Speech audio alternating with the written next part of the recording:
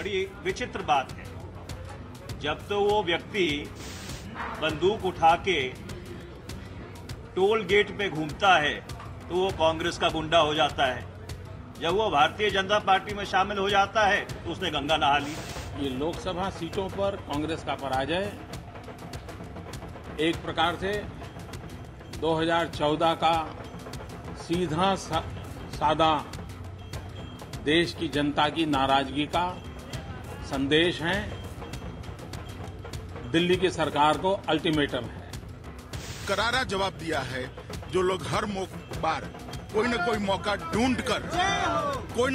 ढूंढकर गुजरात पे प्रहार करते थे। ये शाही का हार नहीं, ये नीतीश का हार है। नीतीश के अहंकार, घुसखोरी, लिफाफाबाजी, बिहार की जनता को ठगना।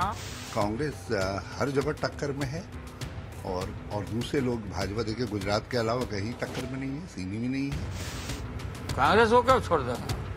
लड़ेंगे हम, फिरका ताकत को मौका देंगे। यही होने वाला है जो महाराजगंज का। इससे भी फाइनल है नीतीश के खिलाफ। ये सारे लोग बोला कि भाई ये तो भारी ढोंगी आदमी है। नमस्कार। बड़ी खबर में आज उपचुनाव, लोकसभा की 4 और विधानसभा की 6 सीटों के नतीजे जो कई दिग्गजों की साख पर अपना मत दे गए। बिहार, गुजरात और पश्चिम बंगाल की लोकसभा सीट और महाराष्ट्र, उत्तर प्रदेश और गुजरात की विधानसभा सीटों पर आए नतीजे केंद्र में शासन कर रही कांग्रेस के लिए खतरे की घंटी बजा रहे हैं। गुजरात में मोदी की बीजेपी ने सभी सीटें जीत ली हैं जो पहले कांग्रेस के खाते की थीं। जीत दिलाने वालों में कांग्रेस को छोड़ बीजेपी में शामिल हुए सांसद विठल रडाडिया भी हैं जो बंदूक लहराते देखे गए थे। आज के नतीजों से मोदी और मजबूत हुए हैं। प्रधानमंत्री की उनकी दावेदारी पर चर्चा और बढ़ेगी। साथ ही पार्टी के दिग्गज लालकृष्ण आडवाणी भी प्रचार पैनल के प्रमुख पर उन्हें कुछ और जगह देंगे। बिहार की महाराजगंज लोकसभा सीट से नीतीश को करारा झटका लगा है। आरजेडी को फिर से जीत हाथ लगी है। नीतीश कुमार की लहर के बावजूद ये सीट हाथ से निकल गई। नीतीश भले ही नरेंद्र मोदी से परहेज कर रहे हैं, बिहार और आज दिल्ली में भी, लेकिन सत्ता के पैमाने पर कब तक मोदी से दूरी बनाए रखेंगे?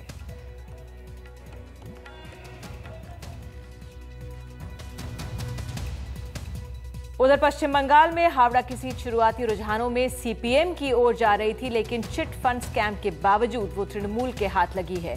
खास ये रहा कि इस बार तृणमूल और कांग्रेस का साथ गठबंधन इस सीट पर नहीं था। तो हमारे सामने सवाल है, ये चुनावी नतीजे क्या 2014 की तस्वीर बयां करते हैं?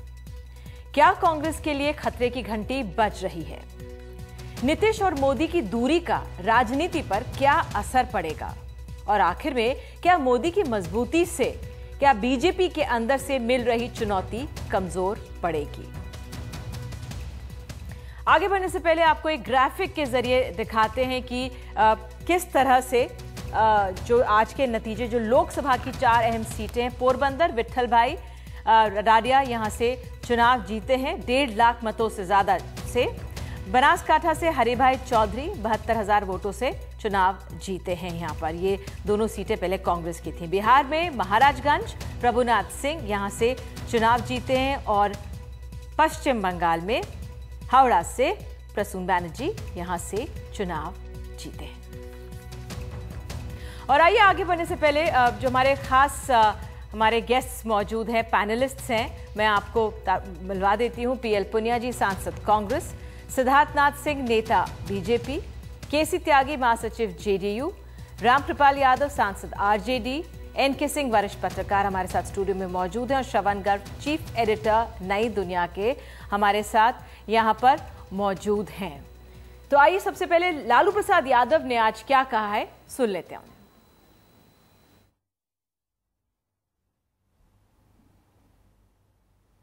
ये प्रभुनाथ सिंह और शाही का लड़ाई नहीं, ये शाही का हार नहीं, ये नीतीश का हार है। पूरा बिहार का हालात बहुत यही होने वाला है जो महाराजगंज का। इससे भी फाइनल है नीतीश के खिलाफ।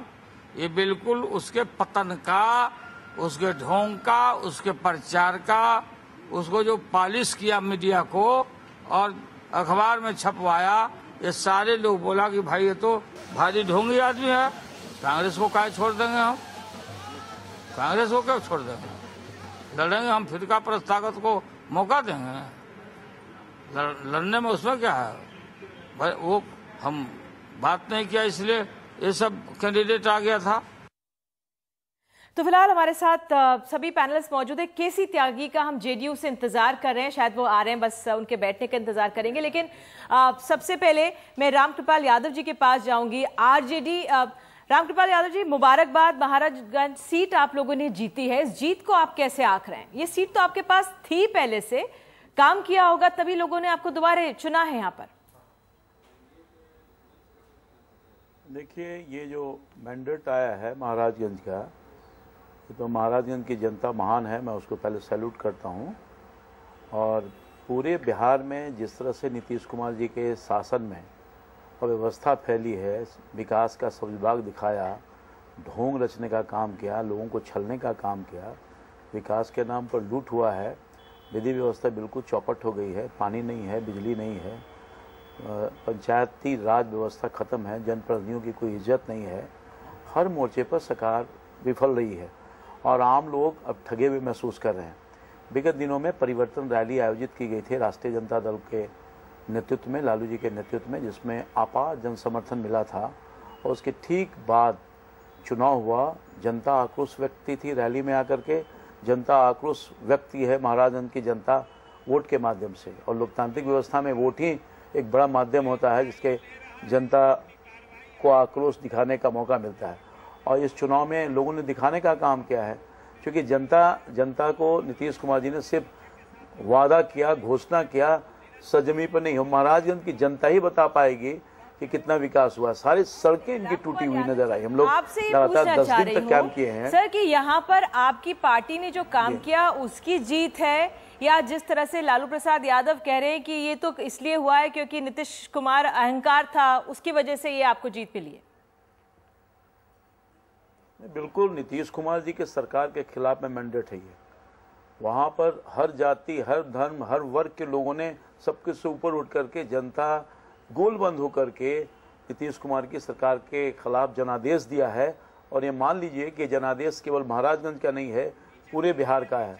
जहाँ भी आज चुनाव हो जाए इसी तरह का मैंडेट आपको मिलेगा और एनडीए का सुपड़ा साफ हो जाएगा। नीतीश कुमार जी कहीं नहीं टिक पाएंगे।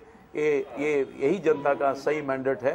और मैं आपको बताऊं हमारे साथ आ गए जी, पिछले रामकृपाल जी हमारे साथ मिस्टर त्यागी जी, लालू प्रसाद यादव कह रहे हैं कि ये नीतीश कुमार के अहंकार की वजह से हार मिली है। क्या कारण, क्यों हारे ये सीट आप? देखिए, पिछली बार जो लोकसभा का चुनाव हुआ था तो एनडीए अपने पीक पर था।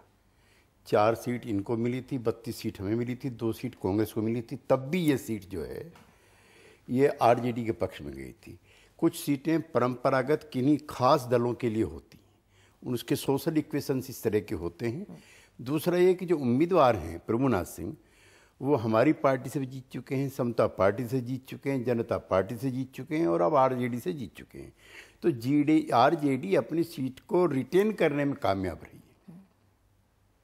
इसका इंटरप्रिटेशन ये है, या ये भी इंटरप्रिटेशन है, जो जानकार हैं वो ये भी कह रहे हैं कि जिस तरह से आपने एक राजपूत डोमिनेटेड एरिया में एक भूमिहार को खड़ा किया था, ये उसका भी नतीजा हो सकता है, क्योंकि यादवों ने और राजपूतों ने मिलकर वोट किया है आरजेडी को। क्या ये चिंता है आपके लिए कि नहीं है? जिस नारे को लेकर के हम फिर बिहार में अपनी जनता दल यू की या एनडीए की पॉलिटिक्स करते हैं, उसमें कास्ट इक्वेशन को जिस स्पष्ट तरीके से आप कह रही हैं, मैं उसमें नहीं कहना चाहता, लेकिन वहाँ भूमिहारों का वोट भी, जो पीके शाही जी की बिरादरी है, और इनका वोट भी लगभग बराबर है। सबसे ज़्यादा वोट वहाँ अति पिछड़ों का भी है और अभी विश्लेषण होगा। लेकिन ये सीट लालू जी की जीती हुई थी, उन्होंने अपनी सीट को रिटेन। अति पिछड़ों का भी है तो उनके लिए तो इतना काम जेडीयू कर रही है, दावा करती है, तो उन्होंने क्यों नहीं वोट किया फिर? ऐसा जब हम लोगों की आंधी थी हम तब भी हार गए थे, लेकिन हार का कोई लॉजिक नहीं होता। दे वोन एंड वी लॉस्ट।